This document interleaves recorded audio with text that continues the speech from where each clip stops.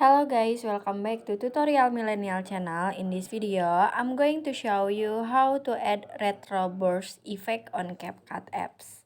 Now let's get started. First, open the CapCut Apps and click New Project. Add the video that you want to edit.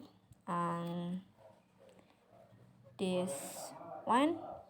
Click Add at the bottom. Now I will show you this is the original video like this, but in here I wanna add retroburst effect in this video. So just click on the effect at the bottom in here, click video effect, and at the menu you can swipe until you can see retro effect. Oh yeah, this one. Click on it. And in here you can see retroburst effect. By the way, this is the retroburst, a new effect on CapCut. So just click on it and click check icon.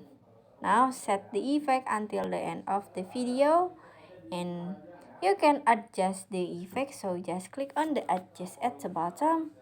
You can adjust the speed for the effect. You can adjust the filter.